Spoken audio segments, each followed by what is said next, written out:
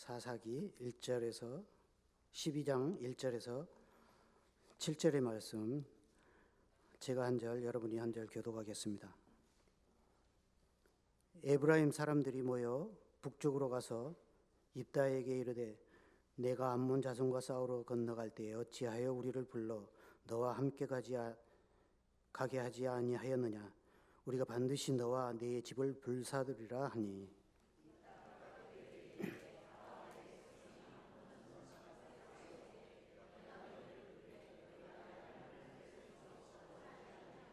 나는 너희가 도와주지 아니한 것을 보고 내 목숨을 돌보지 아니하고 건너가서 암몬 자손을 쳤더니 여호와께서 그들을 내 손에 넘겨 주셨거늘 너희가 어찌하여 오늘 내게 올라와서 나와 더불어 싸우고자 하느냐 하니라.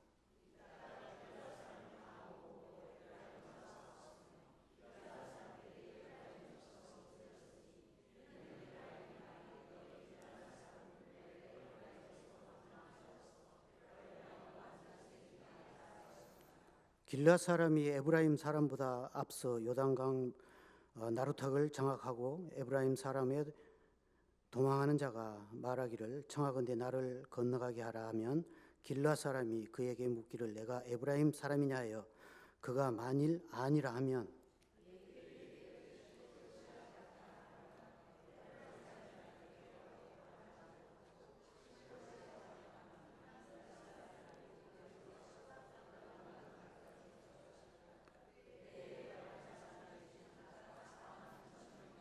다 같이 읽겠습니다. 입다가 이스라엘의 사사가 된 지 6년이라 길앗 사람 입다가 죽음에 길앗에 있는 그의 성읍에 장사되었더라. 아멘. 이 시간엔 김상학 전도사님께서 에브라임과의 전쟁이라는 제목으로 말씀 증거해 주시겠습니다.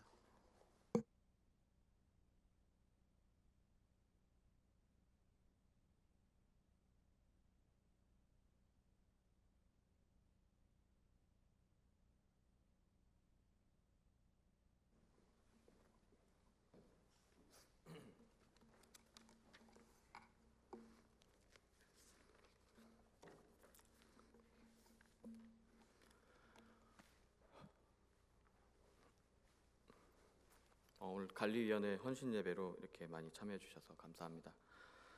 관리라는 게 참 쉽지 않은 것 같습니다. 지금 성전 여행 가시고 있지만 다 그것이 다 옛날 2000년 전, 뭐 400년 전, 500년 전 건물들을 보러 가는 거거든요. 그렇게 따지고 보면 그것이 어떻게 관리가 잘 돼 있고 또 어떻게 잘 남아 있는지를 관람하는 게 결국엔 성지 탐사 여행인데, 우리 교회 또한 50년, 54년 이렇게 됐지만 이것이 계속 쭉 이어져 가지고 200년, 300년, 400년 딱 기념이 되는 거룩한 성동교회가 되기를 소망합니다. 그리하여서 이것이 자리가 차고 넘치는 그러한 예배가 됐으면 좋겠습니다. 제가 30살, 지금 17년 전에 아버지랑 제가 30살, 또 아버지가 30살 결혼 기념일로 미국에 간 적이 있었는데, 거기 가면은 여러 가지 막 돌아다니다가 수정교회라는 데가 있어요. 애너하임 구장, LA 구장 그 옆에 있는 데라는데, 거기 보면은 다 유리 교회 건물로 되어 있거든요. 그래서 그 길을 딱 구경하러 딱 갔더니 되게 멋있더라고요. 딱 그 안에서 워낙 캘리포니아가 채광이 좋잖아요. 그래서 헐리우드에서 영화 찍는 것도 그것 때문인데, 조도가 좋아서 그게 이제 아무것도 없이 그런 유리 건물로 되어 있는데, 그냥 관광 차원에서 이제 그 교회를 가게 되지 거기서 예배드리는 사람들이 그렇게 많지 않다고 하더라고요. 이제 미국 교회도 17년 전에는 그런 큰 교회 건축 기념이 되는 건물들이 딱 있었는데, 지금은 예배드리지 않는 사람들이 많이 있다고 하면서 그 교회가 점점점 무너져가는 모습을 보면서 우리 한국 교회도 점점 그렇게 되는 것이 아닌가라는 생각이 듭니다. 저도 터키에 좀 산책 가본 적이 있었는데, 에페소에 가면은 에페소에 우리 에베소서 교회라는 게 있잖아요. 그러면 에베소서 딱 도시에 들어가면 어디가 에베소 교회인가 하고 딱 쳐다보면 에베소 교회가 없어요. 그 당시에는 지금처럼 건물이 있는 것이 아니라 어떤 사람들, 커뮤니티가 바로, 그러니까 사람들이 모여 있는 우리 예수 그리스도를 모여서 우리가 성경 말씀 보고 예배 드리는 것이 그게 바로 교회였거든요. 그래서 에베소서에 가면은 교회라는 터가 없습니다. 그렇게 따지고 보면은 교회의 어떤 물리적인 건물이나 또 우리가 이렇게 모여서 지금 한 100여 명, 120명 모여 있는데 이것이 딱 교회라는 생각이 들어서 관리라는 것이 건물뿐만 아니라 이렇게 사람과 사람이 모여서 이게 영적인 공간이 됐든 물리적인 공간이 됐든 그 안에서 예배드리는 것이 바로 교회구나.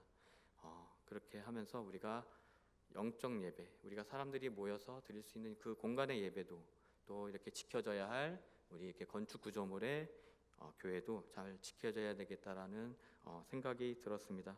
언제나 항상 100년, 200년 되는 저희 교회가 되기를 언제나 소망합니다. 오늘 사사기 말씀 12장 1절 7절을 보면은 우리는 종종 공동체 안에서 크고 작은 갈등을 경험합니다. 이러한 갈등은 때로는 미비할 때도 있고 때로는 엄청난 결과를 초래할 수도 있습니다. 저도 뭐 큰 교회 막 그렇게 많이 다녀본 적은 없지만 여러 가지 많은 교회들 보면서 막 분열하고 누구누가 싸우고 나눠지고 그래서 딴 교회 세우고 뭐 그런 교회들을 많이 보게 되는데 거룩한 성동교회는 딱 하나로 뭉쳐 있고 단단히 뭉쳐 있는 것 같아서 너무나 보기 좋고 그 안에서 서로 협력하고 정말 보배로운 믿음으로 함께 지어져가는 교회가 아닌가라는 생각이 들어서 참 우리가 에브라임과의 전쟁, 이 갈등 관계에 있어서 묵상하게 되는데 이런 것이 어떻게 또 우리에게 적용할 수 있는지를 한번 들어봤으면 좋겠습니다. 그래서 이렇게 큰 승리, 바로 입다를 통해서 큰 승리를 얻게 되었습니다. 그래서 하나님께서 기적적으로 이끄신 승리 후에도 사람들 사이에 분열과 싸움이 왜 일어나는 걸까요? 우리가 살펴볼 바로 사사기 12장 1절 7절의 이야기를 통해서 우리가 이러한 이야기들을 전개해 가면 좋을 것 같습니다. 제가 묵상한 것은 좀 약간 개인적인 것도 있었고 또 여러 가지 전반적으로 큰 우리 큰 문제에 있어서 우리 큰 조직에 있어서의 어떤 단체에 있어서의 그런 문제도 있었던 것 같습니다. 이따라는 인물은 하나님의 도우심으로 이스라엘을 압제하던 암몬 자손을 물리쳤습니다. 그러나 놀랍게도 승리의 기쁨도 잠시 오늘 본문과 같이 이스라엘 내부에서도 새로운 갈등이 발생했습니다. 바로 에브라임 지파가 나와서 입다와 어떤 따지는 그런 모습을 보게 됩니다. 에브라임 지파는 바로 전쟁에 자신들이 참여하지 못했다는 이유로 입다에게 거세게 항의하며 심지어는 그를 위협하기까지 합니다. 이러한 내부 갈등은 결국 큰 비극을 초래합니다. 이 이야기는 단순하게 역사적 사건이 아니라 우리의 일상과도 깊이 연관된 하나의 중요한 교훈을 담고 있다고 봅니다. 입다와 에브라임 지파 사이의 갈등은 개인적인 감정의 문제도 있었던 것 같고요. 이스라엘의 전체 운명을 흔들 수 있는 바로 심각한 위기였습니다. 이 배경 속에서 우리는 왜 하나님께서 허락하신 승리 이후에도 이렇게 불화가 생기는가, 또 그것에 대해서 어떻게 묵상하고 어떻게 결론 내려야 될까라는 그러한 질문을 던질 수 있게 됩니다. 우리가 여기서 본문과 같이 더욱더 에브라임 이야기를 통해서 우리 공동체 내에서 갈등이 어떻게 일어나고 그 결과가 얼마나 파괴적일 수 있는지를 살펴보며 하나님의 뜻을 따르는 길이 무엇인지 함께 고민해 보았으면 좋겠습니다. 갈등의 씨앗을 언제 어떻게 자랐는지 우리가 12장 1절을 보면 알 수 있습니다. 에브라임 사람들이 모여 북쪽으로 와서 입다에게 이르되 내가 암몬 자손과 싸우러 갈 때 어찌하여 우리를 불러 나와 함께 가지 아니하였느냐라고 나와 있습니다. 갈등의 시작은 바로 그런 승리 앞에서 어떠한 공을 누구한테 따지느냐 안 따지느냐의 문제인 것 같습니다. 에브라임 지파는 12지파 중에 하나의 지파지만 정말 세 손가락의 안에 들 정도로 그 당시에는 되게 강한 지파였습니다. 또 그 안에서 힘이 있는 지파였는데 어떻게 보면은 이렇게 기브온 때도 그렇고 우리 기브온 때랑 똑같지 않습니까? 기브온 때도 그렇고 다른 전쟁 때도 그렇지만 언제나 에브라임은 나서지는 않고 그 나머지 사사들이 나서고 나서 그 다음에 나서는 모습을 보게 됩니다. 분명히 힘이 있고 그러한 등치도 있고 이렇게 용사가 많은 인구 수도 제일 많은 에브라임 지파지만 결국엔 잠잠히 있다가 입다가 승리하자 그 그 안에서 나타나는 모습을 보게 됩니다. 아마 그들이 전쟁에 참여하지 못한 것에 대한 것도 있었겠지만 그들은 자신들이 무시당했다라는 느낌이 있었을 것 같습니다. 그들이 왜 끝까지 나를 부르지 않았느냐, 뭐 이런 식으로 그들의 명예가 손상되었다라고 생각할 수 있을 것 같습니다. 우리가 이 상황을 이해하기 위해서는 가정 안에서의 갈등도 잠시 생각해 볼 필요가 있습니다. 가족 중에 한 사람이 중요한 결정을 내릴 때 다른 가족 구성원들이 딴 한 사람을 소외시켜 놓고 만약 결정을 하게 된다면 분명히 그 한 사람이 소외감을 느끼고 불만을 품고 여러 가지 갈등으로 번질 수가 있습니다. 이것은 가정의 문제만 아니라 기업에서도 그렇고 또 교회 내에서도 그렇고 여러 가지 모습을 보게 됩니다. 분명히 12지파들 중에 한 지파였습니다. 그가 자신들의 힘이 강하다고 생각했어서 빠져 있었는지는 모르지만 아마도 자신이 소외받았다, 뭐 이러한 느낌이 강했던 것 같습니다. 이것은 에브라임 지파의 자존감과도 되게 연관이 많습니다. 그러면서 우리 입다한테 왜 우리를 부르지 않았느냐라는 것을 두 번이나 겪게 됩니다. 바로 지금 입다의 모습과 또 기브온 때와 같이 다른 지파들은 가만히 있는데 에브라임 지파만 나서서 이렇게 왜 우리 부르지 않았어? 라고 하는 거 보면 다른 지파들에 비해서 그만큼의 어떤 위치와 역할에 대해서 강한 자부심을 느끼고 있었던 것 같습니다. 근데 그 강한 자부심과 능력치고 나서지 않는 그런 모습을 보면서 우리도 사회생활하면서 이러한 모습을 갖고 있는 사람들이 좀 있는 것 같습니다. 그런 사람들 나설 때는 안 나서고 그냥 계속 승리를 거두다가 숟가락만 얻는 그런 사람들이 좀 종종 있는데 그러한 모습이 바로 에브라임 지파가 아닌가라는 생각이 듭니다. 에브라임 지파의 이 행동은 겉으로는 전쟁에 참여하지 못한 것에 대한 불만처럼 보이지만 분명히 그들의 자존심이 상처받은 것 같습니다. 그리고 그들이 그러한 자존심 상한 거에 있어서 또 자신의 어떤 주도권, 12지파 안에서 힘은 세지만 어떤 해놓은 것이 없기 때문에 공이 없기 때문에 또 그 안에서 공을 따지고 있자 하는 입다와 더불어서 그러한 모습이 에브라임 지파에게 있는 것 같습니다. 결국에는 에브라임의 불만은 그들의 자존심과 관련되어 있고 이러한 갈등의 시작은 바로 12장의 비극적인 사건, 우리 뒷부분에서 보게 될 것입니다. 그런 사건으로 이어집니다. 이처럼 갈등의 시작은 때때로 작은 불만에서 시작되지만 그 불씨가 제대로 처리되지 않으면 큰 불로 번질 수 있음을 우리는 이 이야기를 통해서 보게 됩니다. 에브라임의 이야기는 우리에게 갈등의 뿌리를 잘 살피고 그 뿌리를 빨리 끄는 것 그리고 지혜롭게 끄는 것이 얼마나 중요한지를 보게 됩니다. 또 기브온과 비교해서 볼 때 기드온은 여기 말씀 본문 살피기에서 나오지만 잘 지혜롭게 완만하게 그 갈등을 해결한 모습을 보게 되지만 여기서 나오는 입다는 그렇게 행동하지 않는 것을 우리가 보게 됩니다.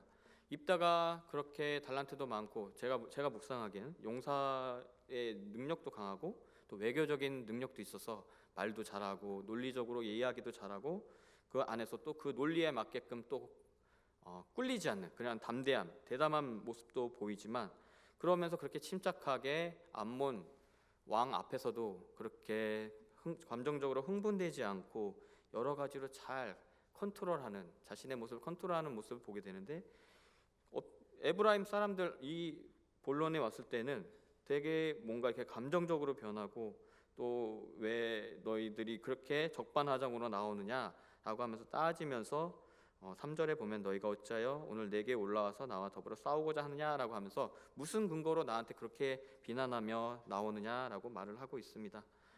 분명히 본문 살피기에도 나오지만 아마도 자신의 딸을 죽어서 그런 것일 수도 있고 또한 여러 가지 이유가 있는 것 같은데 제가 오늘 새벽 기도하면서 딱 들었던 묵상은 바로 4절 마지막 절입니다. 에브라임 말이 너희 길르앗 사람은 본래 에브라임에서 도망한 자로서 에브라임과 므낫세 중에 있다 하였습니다 라고 나와 있습니다. 길르앗 사람들이 자신들에게 나왔다고 특히 그것도 도망한 자라라고 나오고 있습니다. 여기서 왜 도망한 자라고 나올까? 에브라임과 므낫세 중에 어떤 한 사람일까라는 생각이 들어서 에브라임 족속들 중에서 뭐 어떤 약점이 잡혀서 아니면은 밑에 있는 사람이라든가 종이지 않나, 종에서 해서 몰래 도망가다가 길앗에 정착해서 길앗 사람이 되지 않았나라는 생각이 들었습니다. 그러면서 이렇게 얘기하는 이유, 너희 길앗 사람이다라고 얘기하는 이유가 아비멜렉과 같이 자신의 자존감에 어떠한 불을 지핀 것 같습니다. 분명히 길앗 사람, 에브라임과 아비멜렉과 매우 닮아 있는 입다는 서자로 태어났습니다. 그 안에서 길앗 사람들, 에브라임 중에서 최고로 비천하다라고 생각하는, 도망한 자라고 꾸짖을 정도로 가장 비천한 사람, 길앗 사람 집안의 서자로 태어났다라는 것은 최고의 안 좋은 집안에서, 그것도 바로 맨 끝팔이 없는 서자로 태어나서 그러한 모습이 자신의 자존감에 있어서 쓴뿌리였지 않나라는 생각이 듭니다. 그렇게 이성적이고 되게 컨트롤 잘하고 싸움까지 잘하는 그러한 사람이었지만, 이러한 에브라임과 싸움에서 그 안에서 자신의 어떤 비천한 뭐라고 해야 되나요? 그 지위, 자신의 가치에 대해서 4절과 같이 그렇게 자극하지 않았나라는 생각이 듭니다. 그리고 1절, 12장 1절과 같이 우리가 반드시 너와 내 집을 불사르리라 하니라고 나오면서 내가 너와 내 집을 불사른다라고 하는 말을 통해서 분명히 어저께 본문에 보면은 입다가 무남 동녀입니다. 그래서 아들이 없다라는 것을 우리가 알 수 있습니다. 기드온과 매우 다른 모습은, 기드온은 70명의 아들들이 있었지만 입다는 딱 외동딸 한 명입니다. 근데 그것에 대고 우리가 반드시 너와 내 집을 불사르겠다라고 하는 것은 제가 만약 그런 얘기를 들었다면은 난 딸도 이제 없어졌는데 근데 왜 그러한 우리 집안을 망하게 하려고 하는가라고 하면서 엄청나게 자극이 되었을 것 같습니다. 그러면서 서자 중에 서자면서, 그것도 길앗 사람 중에서 유산도 받지 못하는 정말 듣보잡 같은 그러한 입다에게 에브라임 사람들은 그의 승리가 되게 안 입고 왔다라고 보면 되게 좋을 것 같습니다. 그러한 에브라임 지파가 그러한 입다의 성공을 뒷목 잡듯이 그렇게 입다를 자극한 것이 아닌가라는 생각이 듭니다. 그래서 에브라임 지파의 공격적인 태도에 입다는 그냥 냉정하게 반응하면 참 좋았을 텐데, 너와 내 백성이 암몬 자손과 크게 싸울 때에 내가 너희를 부르되 너희가 나를 그들의 손에 구원하지 아니하므로 내가 목숨을 아끼지 아니하고 암몬 자손을 대적하여 건너갔더니 여호와께서 그들을 내 손에 넘겨주셨거늘 어찌하여 너희가 올라와서 나와 더불어 싸우고자 하느냐 라면서 정말 분노에 섞인 말을 하게 됩니다. 그리고 그가 그 분노를 이기지 못하고 우리가 4절과 또 6절에서와 같이 자신의 지파 사람들을 맹렬하게 학살에 가까울 정도로 42,000명에 가까울 정도로 그들을 죽이는 모습을 보게 됩니다. 이거를 보면서 참 저의 개인적인 묵상이지만 이러한 모습 속에서 그러한 쓴뿌리가 그렇게 냉정하고 업적이 컸던 사람이지만 이러한 쓴뿌리가 건드려졌을 때 그가 어떻게 무너지는가, 한순간에 무너지는 모습을 우리가 보게 됩니다. 우리가 예수 그리스도를 믿으면서 하나님 앞에서 형통할 수도 있고 자식이 잘 될 수도 있고 또 믿음 안에서 잘 되어서 우리가 기쁨을 얻을 수 있고 평안을 얻을 수 있고 그럽니다. 하지만 우리의 쓴뿌리가 한순간 어떠한 것이 자극이 됐을 때 그것은 우리의 이성과 어떤 믿음의 생활 앞에서 확 그리 무너지면서 확 감정적으로 튀어나올 때가 너무나 많습니다. 그러한 쓴뿌리 때문에 바로 우리는 어떤 생각도 하지 않고 우리 친구들, 우리 아들, 또 딸, 또 부모님에게 갑자기 분노하면서 욱하는 성격에 그렇게 확 내지를 때가 많이 있습니다.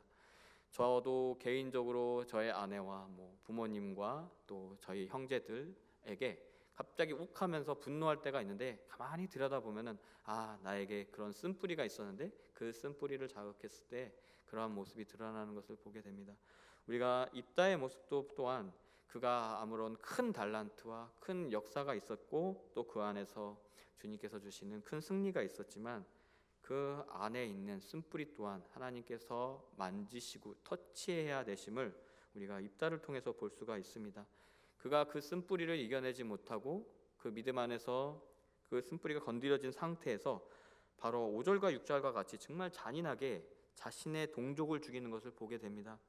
분명히 암몬 자손들을 쳐서 이겼을 때에는 이렇게까지 처절하게 암몬 자손을 쳤다라는 뭐 내러티브 이야기는 성경에 없지만, 근데 에브라임 같은 경우에는 분명히 4절에서 보면은 입다가 길르앗 사람들을 다 모으고 에브라임과 싸웠으며 길르앗 사람들이 에브라임을 쳐서 무찔렀다라고 나와 있습니다. 한번 밟아준 겁니다. 쉽게 얘기하면은 싸우다가 한번 너희들 너무 선을 넘었어 하면서 입다가 길르앗 사람들과 함께 에브라임 사람들을 한번 밟아준 겁니다. 근데 여기서 끝을 내고 그냥 도망갈 때 그냥 너희들 이제 다음부터 우리 건들지 마라고 하면서 나오면 되는데, 그러지 않고 감정적으로 나가서 끝까지 쫓아가 가지고 42,000명을 죽입니다. 그것도 발음, 경상도 사람들 보면은 의 발음을 어라고 얘기하고 어 발음을 의라고 얘기하는 것 같더라고요. 그래서 검사님을 금사님 뭐 이렇게 말씀하는 것처럼 너 말해봐 해서 우리가 발음할 수 없겠지만 십볼렛, 신볼렛 이런 거 하나 가지고 이게 에브라임 사람인지 아닌지를 판단하면서 그를 잡아서 쳐 죽이는 것을 보게 됩니다. 이것은 진짜 감정적이고 보복적인 바로 살인입니다. 우리 무슨 이렇게 범죄 영화 보신 적은 있을지 모르겠지만 총 2번 쏘면은 그냥 사람을 죽인 거지만 이것을 10발 이상 쏘거나 12발 이상 쏘면은 거기서도 탁 판단을 합니다. 이건 감정이 들어갔다, 보복적인 살인이다라고 하면서. 근데 입다의 모습을 보면은 참 암몬 자손한테는 그런 모습이 없지만 에브라임 자손에게는 되게 잔인한 모습을 보여서 끝까지 쫓아가서 그들을 한번 밟았는데도 완전히 몰살시킬 정도로 42,000명이나 죽이게 됩니다. 그러면서 이게 에브라임의 쓴뿌리였구나. 자신의 처지 그 안에서 그들이 승리한 것, 또 딸에 대한 그런 연민이 있었지 않나라는 큰절한 생각이 듭니다. 분명히 이 안에서는 입다의 잔인함, 잔혹함이 있습니다. 이것을 통해서 우리가 볼 때 여러 가지 기드온의 이야기, 또 아비멜렉의 이야기, 또 여러 가지 이야기들을 보면서 그 안에서 우리가 어떠한 것에, 기드온 같은 경우에는 내가 어떠한 것에 욕심이 있는가, 또 아비멜렉 같은 경우에는 내가 어떠한 것에 가장 분노하고 또 어떠한 것에 내가 가장 무너지기 쉬운가라는 모습을 보게 되고, 입다 또한 그 안에서 정말 열심히 자기 컨트롤과 자기가 잘해서 용사로서 또 그런 모습을 보여주셨지만 마지막에 자신의 감정이 무너지면서, 그것도 다른 아비멜렉 몇 명 죽였느냐로 잔인하다고 표현할 수는 없겠지만 아비멜렉 같은 경우는 70명의 형제를 죽였고 또 세겜 사람들을 또 많이 죽였던 것에 비하면 또 입다 또한 42,000명이나 될 정도로 사람을 죽일 정도라면 그의 분노와 그의 감정이 얼마나 컨트롤되지 않았는가를 우리가 보게 됩니다.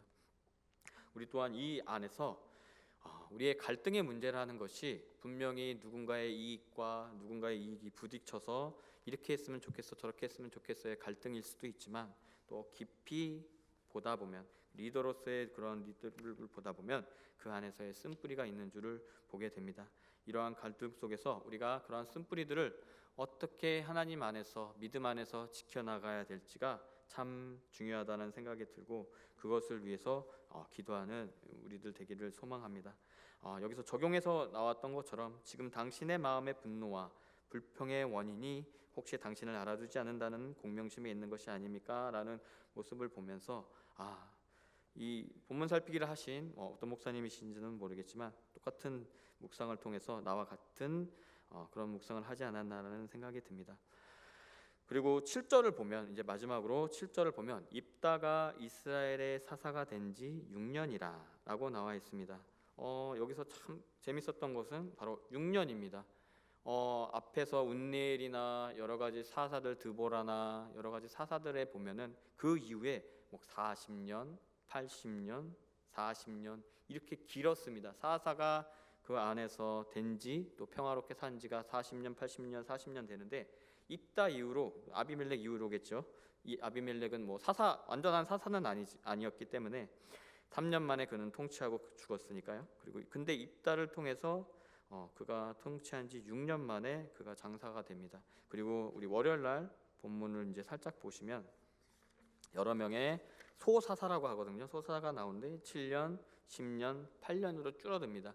이만큼 이스라엘이 점점 분쟁 가운데 몰리고 그들 가운데 평안함이 없고 하나님을 섬기는 마음이 계속 바뀌고 있다라는 것을 우리가 보게 됩니다. 우리 처음에 사사기 1장에서 나오다시피 하나님을 잘 섬기고 사사가 일어났을 때에는 그들이 어려움이 없었지만 그들이 사사가 죽고 또 점점 잊혀졌을 때는 하나님의 법을 따르지 않고 하나님께 예배하지 않고 이방 민족들의 신을 예배함으로써 그들이 타락해 갔고 또 이 것이 계속 순환이 되는 것을 우리가 보게 됩니다. 그 순환이 예전에는 40년, 80년 한 사람이 죽기 전에 한 세대가 가기 전에 두 세대, 한 세대 반이 가기 전이었지만 지금은 강산이 변하기 우리 10년 지나면 강산이 변한다고 그러잖아요. 10년 지나기도 전에 강산이도 변하기 전에 이렇게 계속 사사가 바뀌면서 그러한 이스라엘의 타락이 어떤 건지를 우리가 보게 됩니다. 우리가 이러한 갈등들 속에서 어떻게 우리가 계속 나가야 될지를 또 한번 묵상하게 되는데요. 우리가 이 이야기를 통해서 우리의 마음 속에 있는 그런 어떠한 욕심과 또 하나의 분노와 또 여러 가지 그런 것을 잘 판단하면서 우리가 그것을 남에게 전가시키고 있지 않나, 남에게 그것을 짜증내고 있지 않나, 특히 가까운 우리 가족들과 여러 가지 많은 사람들에게 부리고 있지 않나라는 생각이 듭니다. 그리고 에브라임 사람들을 보면서 이 시기와 질투라는 것이 참 힘든 부분이구나, 어려운 부분이구나라는 생각이 들어서 남이 나를 알아주든 못 알아주든 특히 관리 이런 일들이 거의 티가 안 나는 일들이 많은데 그 안에서 알아주든 못 알아주든 그 안에서 열심히 하나님께 충성되이 앞으로 나아가는 저희들 되기를 소망합니다. 또한 그 안에서 우리가 믿음 안에서 승리하고 또 믿음 안에서 평안하고 그런 것도 참 중요하지만 내 안에 있는 어떠한 쓴뿌리를 통해서 내 가족들, 내 친구들 또 내 교회에서 내가 분노하고 화를 내고 있지 않나, 어떠한 모습에서 내가 까칠하게 굴고 있는 것이 아닌가라는 것을 되돌아보면서 우리 안에 있는 그러한 쓴뿌리를 하나님께서 만져주시며 그 안에서 위로받고 평안하게 되기를 우리 소망합니다. 우리 다 같이 기도하겠습니다. 사랑과 은혜가 많으신 하나님 감사합니다. 에브라임 사람들과 입다의 사이를 보게 됩니다. 마지막으로 입다의 내러티브를 통해서 우리가 그 갈등 관계에 있어서 어떻게 해야 될지를 잠시나마 묵상하고 또 그 안에서 우리 마음에 있는 쓴뿌리가 그렇게 상대편에게 분노로 작용하고 그것이 믿음을 뛰어넘는 감정을 추스리지 못하는 그 정도로 제약을 짓게 되는 입다의 모습을 보게 됩니다. 우리는 그렇게까지 죄를 짓진 않지만 하지만 우리가 우리의 입을 통해서 우리의 분노를 통해서 많은 사람들에게 상처 주고 갈등을 일으키는 것 같습니다. 그 안에서 저희들의 마음을 잘 다스려 주시옵소서. 특히 하나님 에브라임 사람들과 같이 남의 공을 시기하지 않게 해 주시고 그 안에서 상대편을 세워주고 또 함께 지어져가는 우리 교회 되기를 소망합니다. 하나님 50년 동안 저희들의 교회를 지켜주셨습니다. 또 아무런 분쟁 없이 큰 분쟁 없이 또 이 교회 안에 금호동 교회 안에 세워주셨습니다.